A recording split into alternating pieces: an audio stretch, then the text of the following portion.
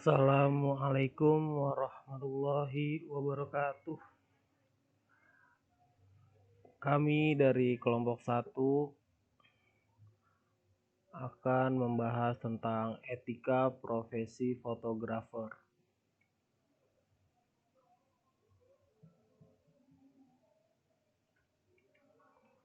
Oke, langsung aja ya. Pengertian fotografer itu menurut Kamus Bahasa Indonesia adalah tukang potret atau juru foto. Definisi fotografer tersebut sangatlah sederhana. Kita pasti juga sudah mengetahuinya kan? Kemudian pengertian fotografer yang lain menurut Wikipedia adalah orang-orang yang membuat gambar dengan cara menangkap cahaya dari subjek gambar dengan kamera maupun peralatan fotografi lainnya. Dan pada umumnya memikirkan seni dan teknik untuk menghasilkan fotografi lainnya, dan umumnya memikirkan seni dan teknik menghasilkan foto yang lebih bagus serta berusaha mengembangkan ilmunya. Nah, melihat definisi fotografer menurut Wikipedia ini lebih sedikit luas. Sudah menyangkut teknik dan seninya. Nah, di sini ada alat-alat yang dibutuhkan oleh fotografer. Pertama ada lighting, kedua ada tripod kaki 3, ketiga ada filter lensa, keempat ada kamera, kelima ada shutter release. Oke, yang pertama lighting. Lighting atau pencahayaan di dalam fotografi dalam sebuah elemen penting seperti arti fotografi itu sendiri, yaitu melukis dengan cahaya. Oke. Jenis-jenis lighting. Di sini ada lampu flash head, lalu ada standar reflektor, lalu ada silver umbrella, dan ada white umbrella. Oke, kita jelasin ya satu-satu fungsi jenis-jenis dari lighting tersebut. Yang pertama ada lampu flash head.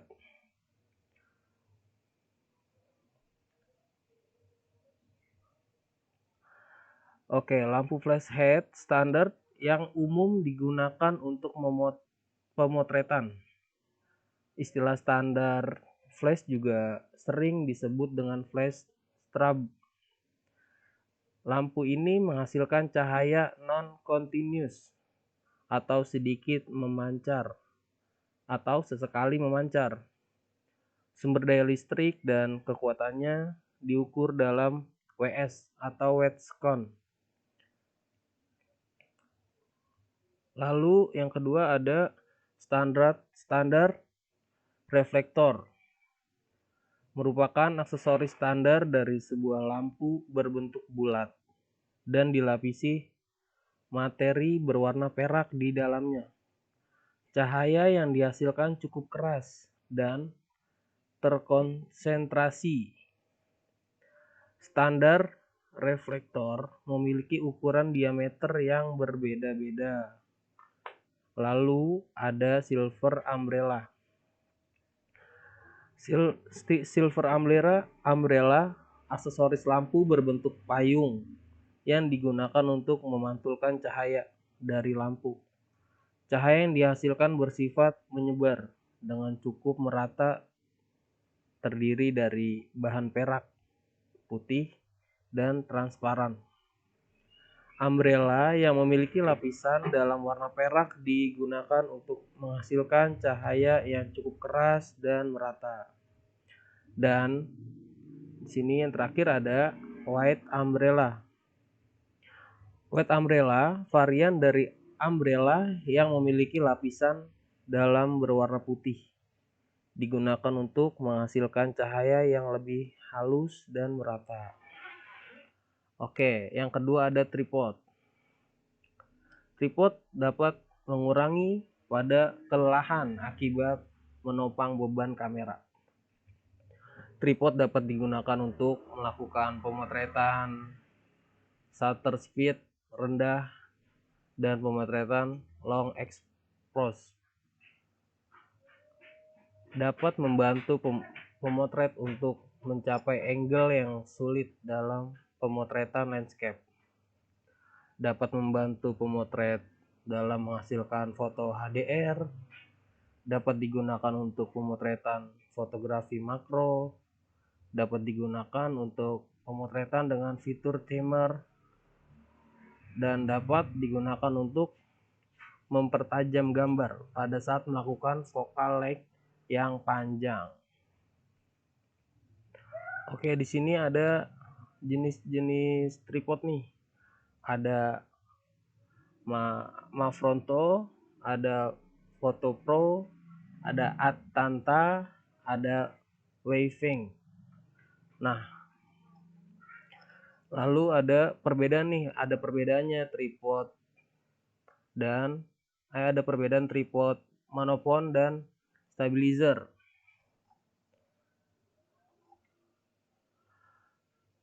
Terus tripod kaki 3 monopang yang stabil. Kalau monopod lebih fleksibel, seperti tongsis nih yang biasa digunakan oleh youtuber nih buat ngevlog nih. Biasanya pada pakai monopod karena dia lebih mudah untuk dibawa kemana-mana. Lalu ada stabilizer. Ini bermanfaat untuk mengurangi guncangan dan membuat gambar terlihat lebih halus dan tajam. Nah, di sini ada kamera. Dan kamera juga banyak nih jenis-jenisnya. Ada beberapa jenis kamera nih. Yang pertama ada digital single lens reflex atau DSLR. Digital single lens reflex adalah kamera digital yang menggunakan sistem cermin otomatis dan pentaprisma atau pentamirror untuk meneruskan cahaya dari lensa menuju viewfinder. Nah, kamera DSLR memiliki tampilan yang besar dan tebal. Bodi yang besar ini membuat kamera lebih kokoh saat dipegang. Selain itu, apabila dipasang dengan lensa berukuran besar, bodi DSLR yang besar membuat keseimbangan yang baik dengan berat dan ukuran lensa. Lalu ada mirrorless. Jenis kamera yang kedua ada mirrorless. Sesuai dengan namanya, tidak memiliki cermin atau pentaprisma. Jadi, cahaya akan melewati lensa dan langsung ke sensor yang kemudian menampilkan pratinjau gambar di layar LCD atau pada electronic viewfinder atau EVV. Kamera mirrorless memiliki bodi yang lebih kecil dari kamera DSLR. Bentuk bodi yang compact dan memberikan keuntungan bagi pengguna yang mengutamakan mobilitas dengan ukuran kamera yang lebih ringan. Oke, lalu ada point and shoot. Kamera jenis point and shoot menghilangkan kebutuhan manual seperti menyesuaikan kecepatan, rana, aperture, fokus, dan ISO. Kamera ini biasanya memiliki flash internal dan juga sistem yang memungkinkan fotografer memiliki sistem pencahayaan yang sesuai dengan kondisi yang berbeda. Lalu ada bridge. Kamera ini disebut bridge karena menjembatani pengguna kamera podcast mendapatkan fitur dan kualitas yang lebih baik mendekati kamera DSLR. Oke. Lalu ada kamera film atau analog.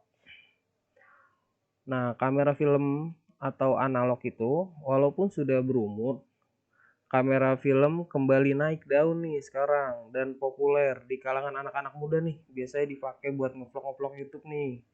Kamera jenis ini kembali digemari karena hasil foto yang unik dan memberikan kesan vintage. Kamera ini menggunakan roll film untuk memotret gambar. Kamera film tuh film 135 atau 35 mm full frame merupakan yang paling umum digunakan dan memiliki ukuran bodi yang lebih kecil dibandingkan dengan kamera film lainnya. Lalu ada kamera instan.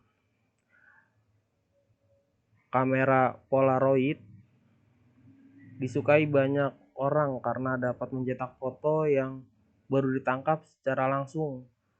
Nah, ini juga sering nih dipakai sama anak-anak muda nih kalau buat hunting-hunting nih, jalan-jalan, foto langsung jadi tuh fotonya. Nah, jelas ya, fitur ini tidak bisa kamu dapatkan pada kamera digital nih. Di kamera digital lain nggak bisa nih. Nah, sama seperti kamera film nih. Polaroid juga mengandalkan film. Perbedaannya yaitu kamera film menggunakan film yang berbentuk gulungan, sedangkan Polaroid memakai film yang berbentuk kotak atau lembarannya. Lalu ada action kamera. Action kamera atau kamera aksi merupakan kamera yang sering digunakan untuk mendukung aktivitas di luar-luaran. Biasanya kamera ini lebih tahan lingkungan ekstrim dan bisa dibawa menyelam di dalam air. Ukurannya yang ringkas membuatnya mudah dibawa kemanapun. Salah satu yang paling populer adalah GoPro ya. Nah, lalu ada kamera 360. Seperti namanya, kamera 360 derajat mampu mengambil foto yang memiliki banyak point atau point of interest. Kamera ini dilengkapi dengan 36 buah lensa. Bahkan mampu menghasilkan foto dengan total resolusi maksimal pada 108 MP. Kamera tipe ini sangat cocok untuk mengambil gambar pemandangan alam, suasana ruangan, dan foto situasional lainnya. Oke, di sini ada medium format nih. Kamera medium format merupakan kamera yang biasanya menggunakan roll film. Besarnya format film pada kamera ini ditentukan oleh panjang foto yang direkam di atas kamera.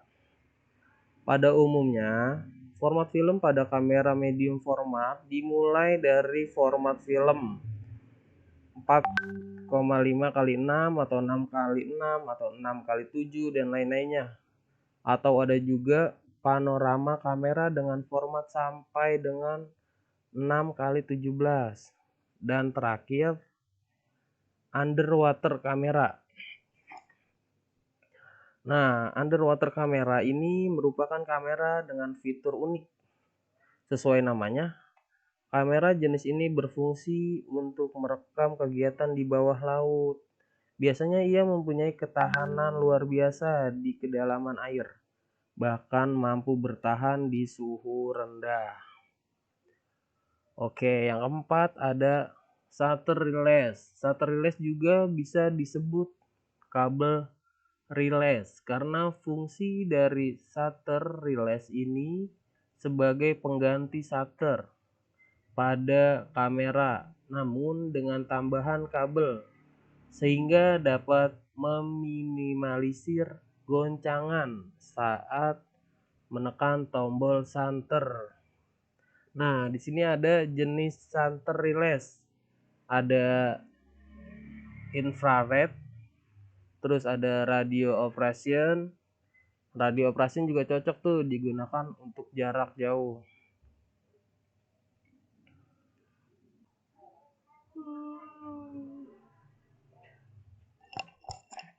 Etika profesi seorang fotografer.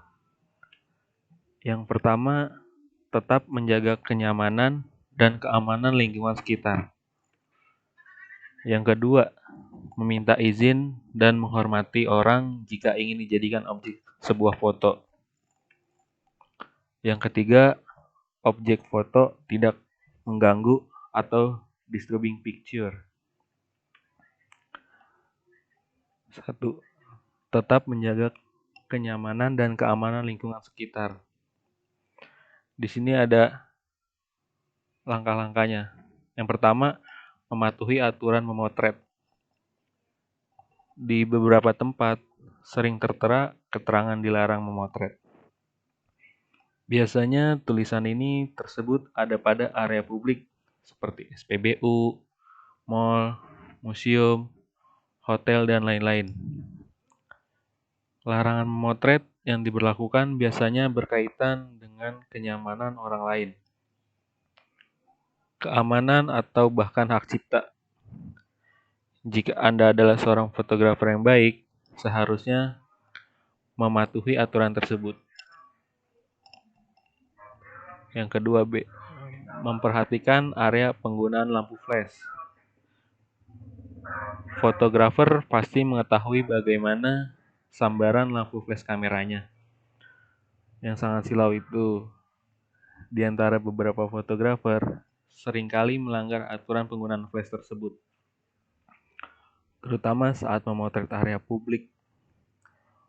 Orang yang merasa tidak nyaman akan sambaran flash bisa saja menegur Anda jika hal itu cukup mengganggu. Yang kedua, meminta izin dan menghormati orang jika ingin dijadikan objek foto. Hal ini sangat penting. Apabila hendak mengambil foto orang lain, berarti kita akan memasuki area privasi orang tersebut. Maka itu, jelaskan pada mereka untuk apa Anda memotret mereka, apakah untuk dokumentasi atau pribadi atau jurnalistik, atau juga untuk tujuan komersil. Hal ini pun berlaku apabila sedang berburu foto di jalanan, atau populer disebut street photography. Jika objek fotonya adalah seorang model, khususnya wanita, seorang fotografer harus bersikap sopan terhadap model tersebut dan jangan terkesan memerintah, apalagi membentaknya. Itu tidak sopan sama sekali. Selain itu, menyentuh model wanita juga merupakan hal yang sangat tidak sopan, apalagi di Indonesia, dan bisa membuat model tersebut tidak nyaman. Intinya jalin komunikasi dengan model tersebut dengan baik lah. Yang ketiga, objek foto tidak mengganggu atau disturbing picture.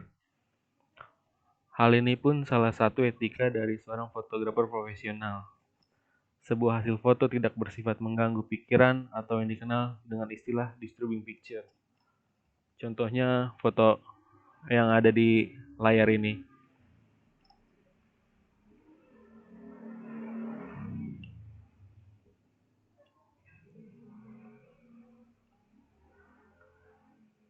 Terus ada aturan hukum yang perlu diketahui fotografer, yaitu hukum menggunakan foto orang lain tanpa izin.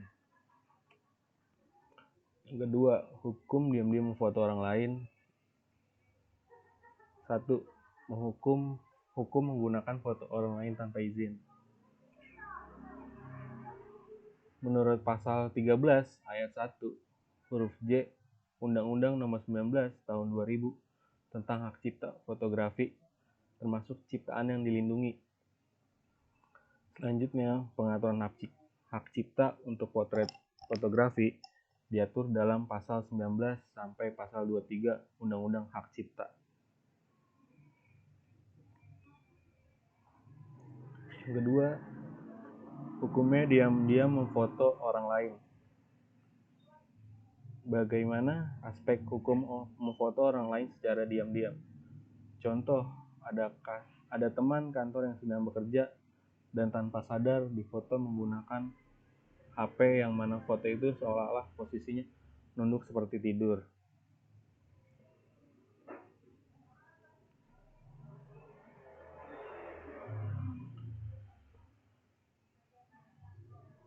Ketentuan dalam pasal ini hanya berlaku terhadap potret yang dibuat.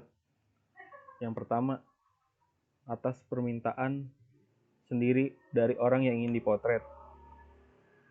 Yang kedua, atas permintaan yang dilakukan atas nama orang yang dipotret. Dan yang ketiga, untuk kepentingan orang yang dipotret. Tips memotret. Ada 6 tips. Yang pertama, tarik perhatian ke arah subjek utama dalam foto. Jika menurut Anda ada elemen tertentu yang merusak irama dan keharmonisan, singkirkan atau tutupi atau pindahkan sudut tersebut. Yang kedua, sederhana. Makin sederhana susunan foto Anda, makin kuat kesan yang ditimbulkan. Contoh kayak foto sederhana kayak keluarga sedang makan beramai-ramai dengan keluarganya. Dan yang ketiga, kurangi elemen yang tidak seirama. Misal seperti manfaatkan warna bentuk, cahaya, atau garis supaya foto tampak kuat dan menyedot perhatian. Yang keempat, penuhi seluruh isi frame dengan objek utama. Ini kadang foto yang kuat kesannya adalah foto yang tanpa background sama sekali. Dan yang kelima, point of view. Maksimalkan penggunaan point of view. Di sini artinya kayak jangan memotret dari depan subjeknya aja, tapi dari berbagai arah lainnya biar dapat angle yang bagus gitu. Dan yang keenam, jangan lupa rules of third. Rules of third itu adalah kayak tarik garis imajiner yang membagi foto menjadi 9 bagian yang sama besar.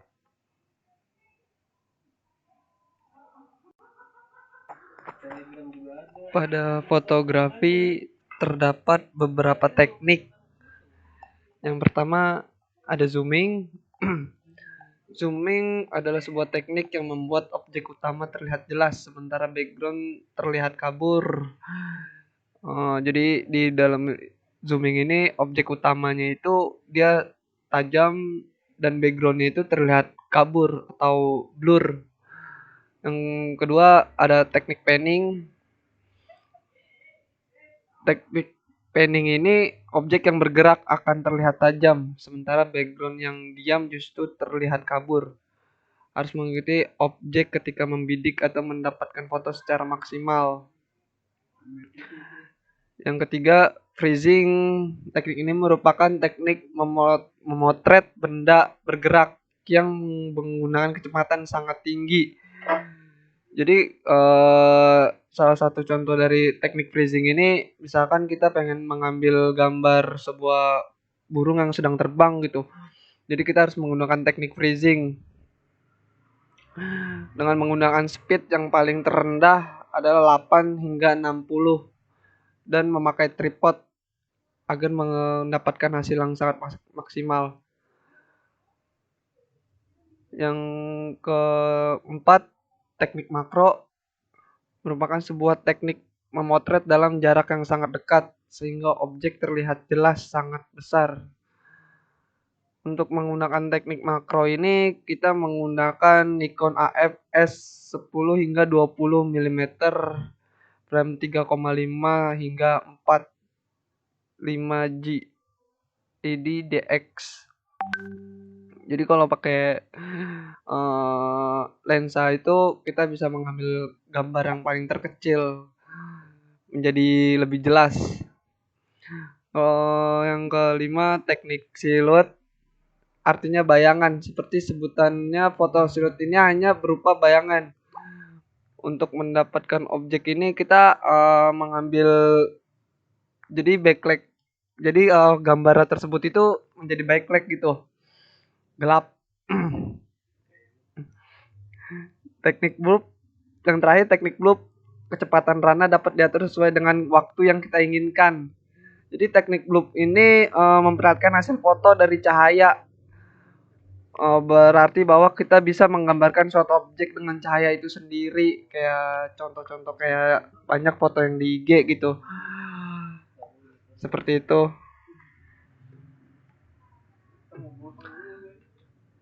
Faktor untuk mempengaruhi memotret. Yang pertama itu ada diafragma. Diafragma adalah lubang dalam lensa kamera tempat cahaya masuk saat melakukan pemotretan, atau sebut saja jendela, dengan beberapa daun jendela yang ada di dalam lensa. Diafragma memiliki beberapa ukuran atau satuan angka. Setiap lensa mempunyai perbedaan bukaan diafragma masing-masing. Biasanya ukuran diafragma dimulai dengan angka 2,8 hingga 4 atau 5,6 hingga 8, 11, 16 hingga 22. Yang kedua ada speed atau disebut juga dengan kecepatan rana atau shutter speed. Semacam pintu menutup sensor pada kamera digital. Pada saat kita mengambil gambar, shutter akan membuka selama beberapa waktu sehingga sensor kamera akan merekam cahaya yang masuk melalui lensa, yang mana sedikit banyaknya cahaya yang masuk diatur dengan bukaan lensa atau jendela lensa yang sudah kita bahas di atas tadi. Yang ketiga ada ISO, tingkatan sensitivitas kamera terhadap cahaya. Semakin tinggi nilai ISO, maka semakin tinggi pula tingkat sensitivitas kamera terhadap cahaya. Jika dilogikakan, maka ISO ibarat kaca yang ada pada jendela, yang mana jendela sudah kita umpamakan pada bahasa di atas. Pada kaca tersebut kita basangi kaca film yang biasanya dipasang pada kaca mobil. Tingkat gelap terangnya kaca film tersebut bisa diumpamakan sebagai ISO. Ada beberapa tingkatan yang ISO seperti 100, 200, 400, 800 hingga dan seterusnya. Itu ISO itu bisa dapat di handphone pun juga ada ISO. Di beberapa kamera pada handphone itu ada pengaturannya. Jadi untuk mengaturnya dari foto yang gelap menjadi lebih terang apabila kita mengatur ISO-nya lebih tinggi.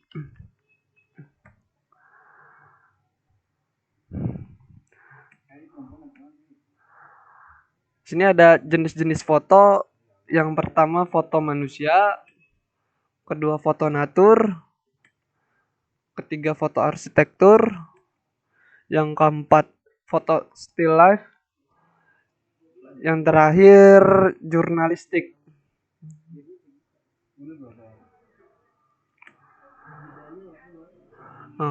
Contoh dari gambar di samping adalah contoh gambar dari foto manusia.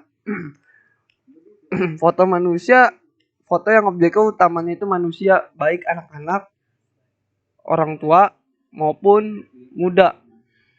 Jadi maksud dari foto manusia ini kita memotret foto seseorang yang sedang beraktivitas. Kayak contoh gambar di samping, foto dari teman saya yang di waktu kemarin mereka sedang ingin memasak makanan untuk persediaan. Yang kedua ada foto natur. Contoh dari foto natur yang di samping yaitu foto natur, foto untuk benda makhluk hidup alami atau natural seperti hewan, tumbuhan, gunung, hutan dan lain-lain. Nah, pada salah satu gambar yang di samping ini kita mengambil foto pada tumbuhan. Foto tumbuhan pada bunga Edelweiss.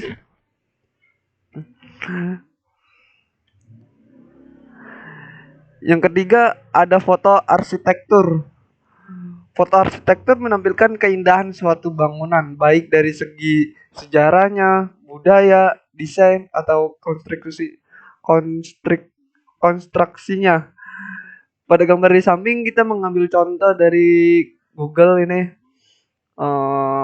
Candi Borobudur yang menjadi salah satu contoh foto arsitektur. Yang keempat, foto still life. Yang di samping ini ada gambar, contoh dari gambar still life. Untuk menciptakan foto still life ini benda mati atau objek. Jadi kita untuk foto still life ini untuk menggambar dari benda yang mati atau objek yang mati menjadi lebih hidup, seperti gambar yang di samping. Dan yang terakhir, foto jurnalistik. Foto jurnalistik ini foto yang digunakan untuk kepentingan pers atau kepentingan informasi yang biasa yang ada di dalam berita-berita. Yang seperti gambar yang di samping ini, saya mengambil potret foto di waktu aksi yang kemarin terjadinya bakar-bakar tersebut.